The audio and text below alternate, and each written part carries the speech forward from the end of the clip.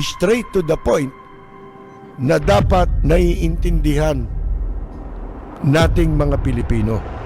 Narito po ang video. Rapid fire! Ako'y nakwan ako yung bang nabahala ako sa mga sinasabi ni Trillanes. Si Trillanes, dati nung bago pa lamang nakaupo si Presidente Duterte, hindi natin gusto yung kanyang mga sinasabi. Ito, pinagtatapat ko sa inyo. Sapagkat, kauupo pa lang ni Presidente Digong nyo Kahit sinong presidente, dapat pagbigyan mo muna na makagawa siya ng kanyang programa. Antayin mo ang ilang panahon, halimbawa, 2 years. Hindi niya ginawa yun Ibinuhos niya kaagad yung mga issues labang kay Digong nyo. Kaya wala siya masyadong simpatya na nakuha. Hindi sinasabi rito kung totoo yung sinasabi mo o hindi totoo. Ang importante, yung may makikinig sa'yo Pero sa pagtakbo ng panahon, dahil nga na tayo'y dinanas na natin ang administrasyon. Ako, personally, wala akong dyan kay Senador Trillanes, nayabangan nga ako dyan Noong 2011, nagrally ako labang kay dating DOJ Secretary, Leila de Lima. Ibang issue yun. Di ba? Ang issue nun, yung makupad na pagpapail ng mga kaso labang kay GMA. Yun ang isa sa issue. Pangalawa, yung pinatakas ng mga Taiwanese. Yung idiniport na Taiwanese na diniport ni De Lima sa China. Mga kaibigan, kaya nagalit yung bansang Taiwan. Binabantayan, hanggang sa eroplano. Sumunod yung mga Taiwanese official. Wala sila nagawa. Idiniport yun sa China. Ngayon, noong 2011, pagkatapos ng rally na yun, nandoon ako sa isang, sa aming opisina nung ako'y officer pa ng isang samahan. Dumating yan doon. Hindi ko nakilala nakatalikod nando doon siya sa harap nung parang reception. Kausap siya ni nung kolumnista si Jerry Yap. Ng Hataw. Lumapit ako, nakita ko si Jerry Yap. Pagkatapos, hindi ko alam, katabi ko pala si Trillanes. Malaking tao sabi ni narinig ko na lang habang nandoon ako, sabi ni nagsalita, may nagrally nung nung ganitong araw labang kay De Lima. Tapos bigla akong napatingin, si Trillanes pala yun. Mga kaibigan. Sabi naman ni Jerry, ayan tinuro ako. Ako raw yung nagrally. Mga kaibigan.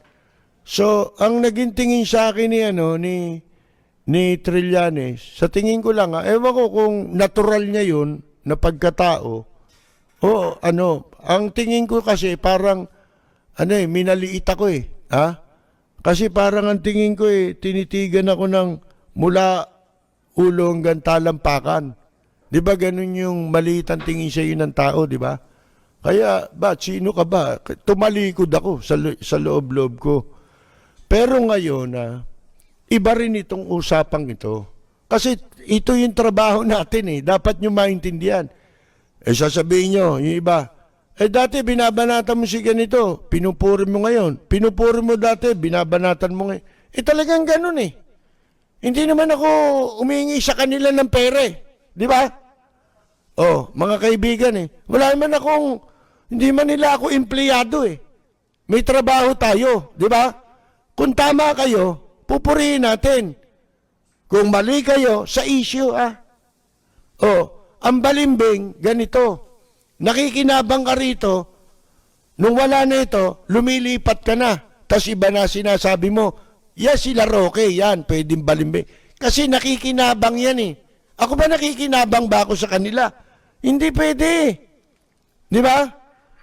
Hindi mo pwedeng gamitin sa akin yung balimbing. Ngayon, ito disturbing.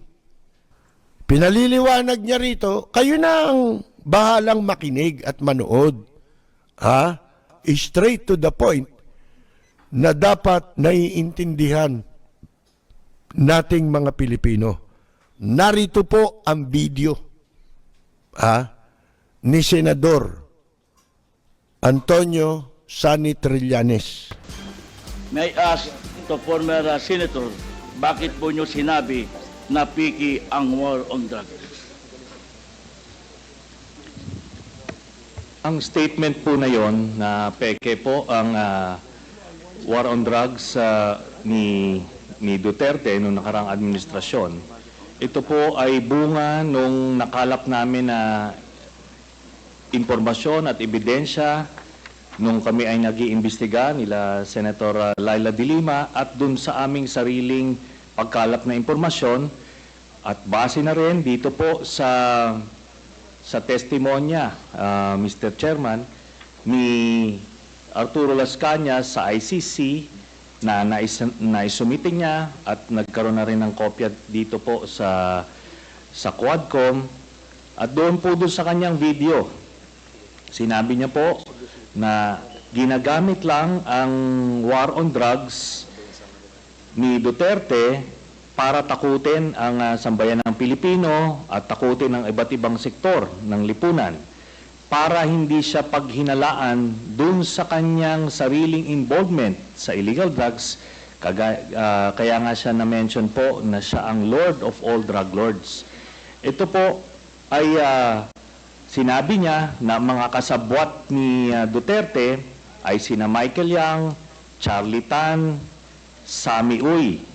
At ito po si Michael Yang ay ayon mismo sa report ni Colonel Asierto na dating Deputy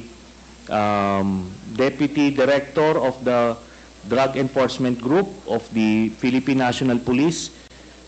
Sinumite niya yung report tungkol sa involvement ni Michael Yang.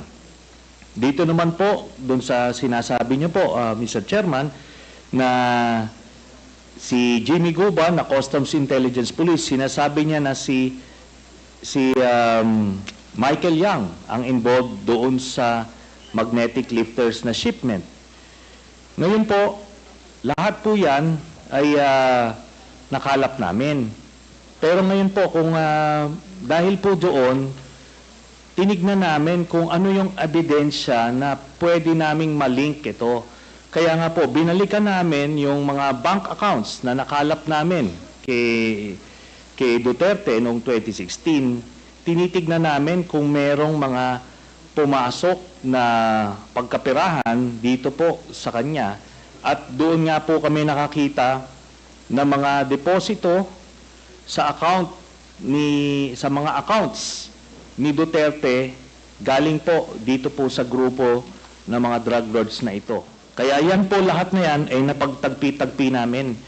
So kaya that would explain kung bakit protektado si Michael Yang kahit na may report itong si Colonel Asierto.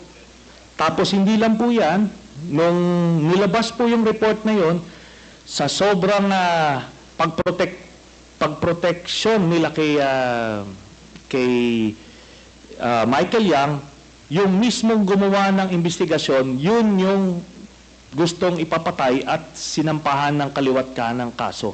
Kaya makita natin doon sa mga drug lord na hindi kasabwat sa sindikato ni Duterte, ano siya, porsigido siyang patayin, pero doon sa kanilang grupo, itong mga ito na mention, Michael Yang, Charlie Tan at Sammy Uy, protektado hanggang ngayon. Ni nga yung PDEA director ni ni Duterte na si Wilkins Villanueva ni hindi nga masama sa drug list hanggang after noong 2022 si Michael Yang. Yun po ang dahilan kasi binilin po sa kanya yan ni Duterte. Salamat po. Pakinggan po ninyo, no, si Senador Trillanes tungkol sa mga kalokohan na nangyayari ngayon. Sana maliwanagan tayo kasi ano yan tumutugma sa mga pangyayari, di ba ho? Tumutugma sa mga pangyayari. Magandang yumaga, Jaime Morente. Nagmamahal sa'yo.